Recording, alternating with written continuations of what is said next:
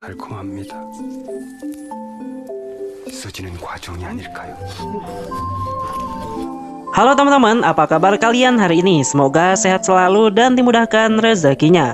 Pria ini terdampar di sebuah pulau terpencil di tengah kota Seoul, Korea Selatan. Di sekelilingnya hanyalah air sungai dan ia tidak bisa berenang sama sekali. Ia menjilat keringatnya, mencampurkan keringat itu dengan makanan untuk menambahkan cita rasa. Apakah ia akan bisa bertahan hidup lebih lama di pulau itu dan cara apa yang akan ia lakukan untuk bertahan hidup? Simak video ini sampai selesai. Diceritakan seorang pria yang mempunyai banyak hutang bernama Kim.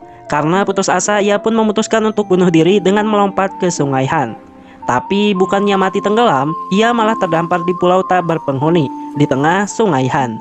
Tak ada seorang pun di pulau tersebut, maka jadilah ia seperti manusia modern yang tersesat pada zaman batu, jauh dari teknologi dan segala kemudahan yang ada.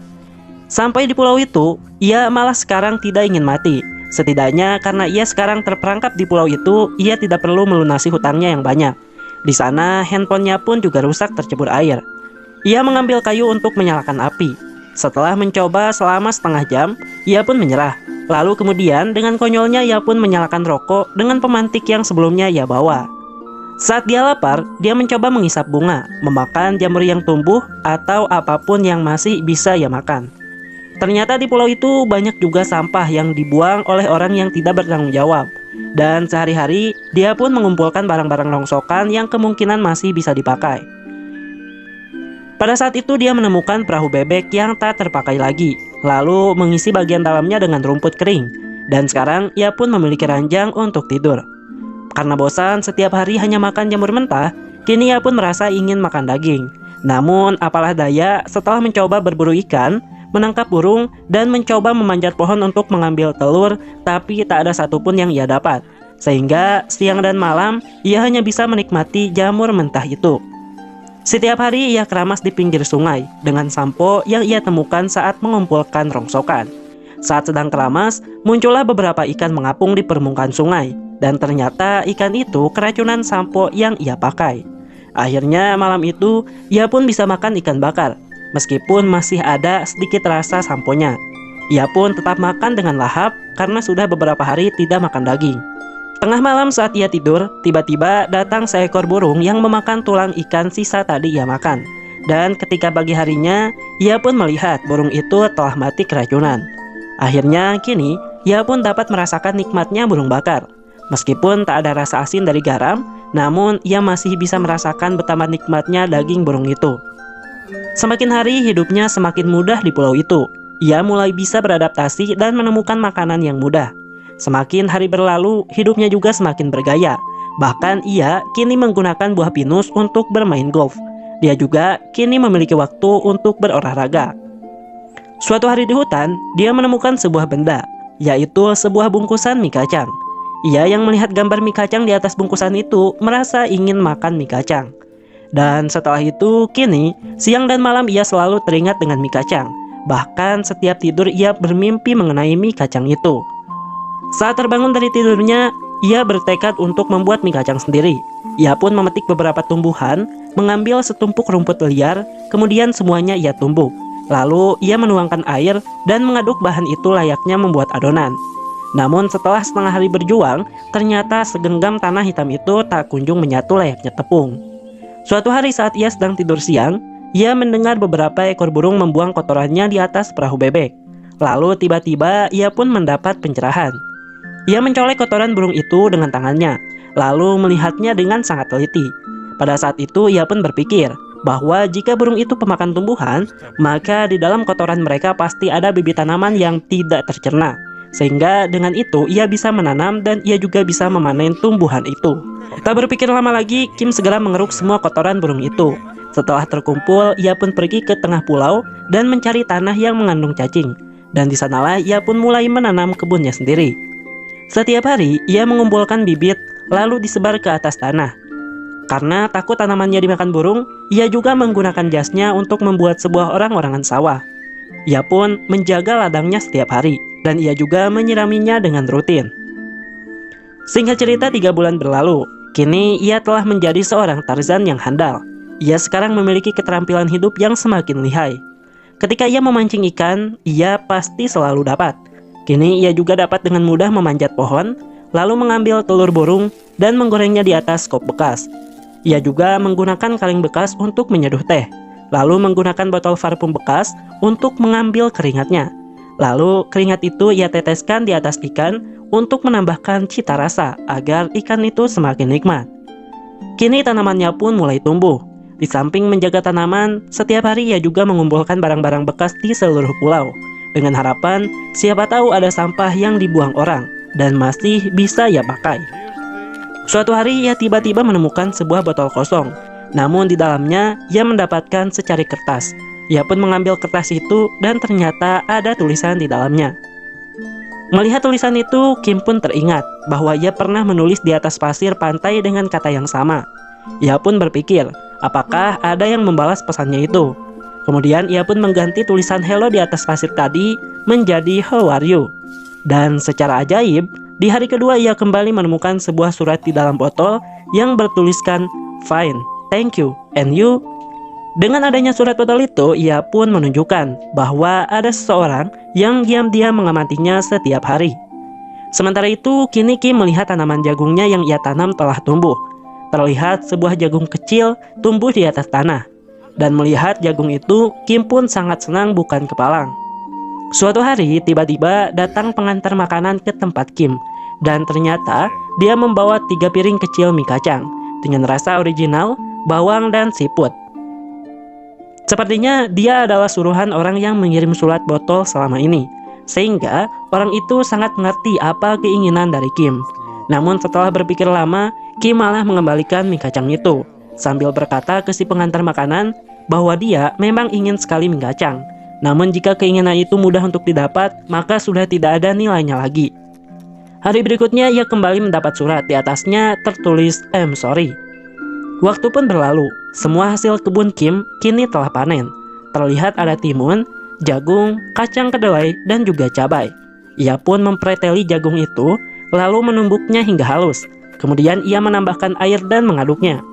Ia menggunakan botol surat tadi untuk menggiling adonan, kemudian adonan itu dipotong menjadi mie. Kemudian direbus, dan setelah itu ia menggali sebuah bumbu mie kacang yang telah lama ia kubur. Kemudian bumbu itu pun ditambahkan ke atas mie. Akhirnya, kini tercapailah sudah keinginannya, sebuah mie kacang dari pulau terpencil. Sembari mengaduk mie yang ia buat dengan jerih payahnya sendiri, dengan perjuangan yang cukup panjang, ia pun terisak. Dan setelah menyantap mie buatannya itu, air matanya pun mengalir. Dan sambil makan, ia pun menangis.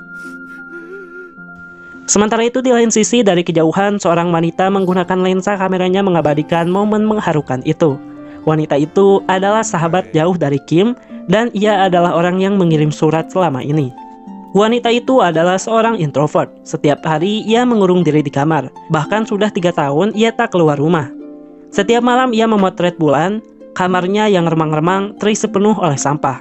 Dan hidupnya benar-benar tidak lepas dari rumah. Setiap hari ia tidur di atas tumpukan paperwork, sementara ranjangnya berada di dalam lemari. Kadang saat ibunya bertanya mau makan apa, dia menjawabnya melalui SMS. Lalu ia kirim pesan itu ke ibunya. Setelah itu masakan ibunya diletakkan di depan kamarnya, dan setelah ibunya pergi, barulah ia mengambil makanan itu. Ia juga memiliki sebuah kamera yang sangat panjang, di mana setiap tahun di Seoul selalu diadakan latihan pertahanan udara sebanyak 2 kali. Dan saat itu semua mobil yang melintas harus berhenti. Ia pun menggunakan kamera itu untuk mengabadikan momen tersebut. Suatu hari melalui lensa kameranya, ia melihat ke arah sebuah pulau yang tidak pernah ada orang sebelumnya. Namun betapa ia terkejut, ternyata kini ia menemukan ada sosok pria di sana. Dan terlihat ia sedang ingin bunuh diri.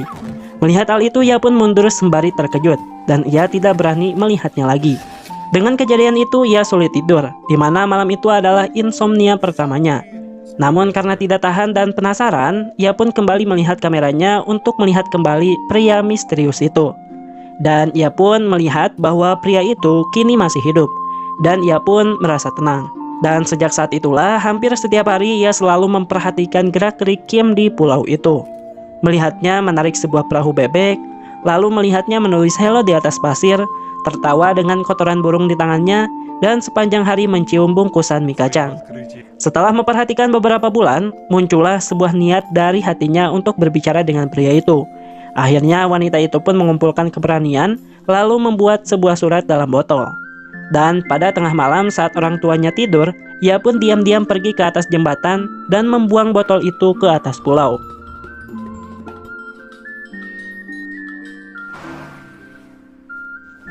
Setelah menunggu 3 bulan, pria itu baru menemukan surat botol tadi dan membalas suratnya.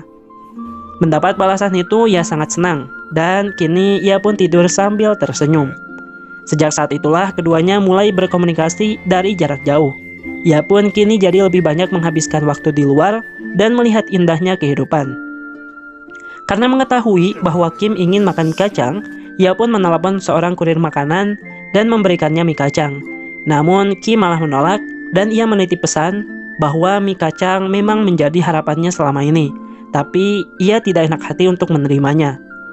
Mendengar kata harapan, ia pun tersadar karena sudah lama ia tak mendengar kata harapan.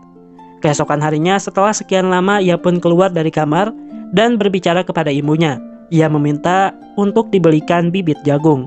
Dan sejak saat itulah ia pun mengikuti Kim menanam bersama-sama bibit jagung di kamarnya. Suatu hari saat Kim menulis kata "Who are you" di atas pasir dan ingin berkenalan, namun wanita itu ketakutan dan ia tidak membalasnya karena ia sudah lama hidup sendirian di kamar menjadi introvert. Karena tak dibalas, hari berikutnya Kim pun mencari surat botol itu, namun ia tidak menemukannya. Ia pun menulis kata "why", namun wanita itu melihatnya sangat tidak senang dan ia pun kini tidak memperdulikan Kim. Pada malam beberapa hari berikutnya, badai melanda kota Seoul. Dan bisa kita lihat, kini Kim dilanda bencana.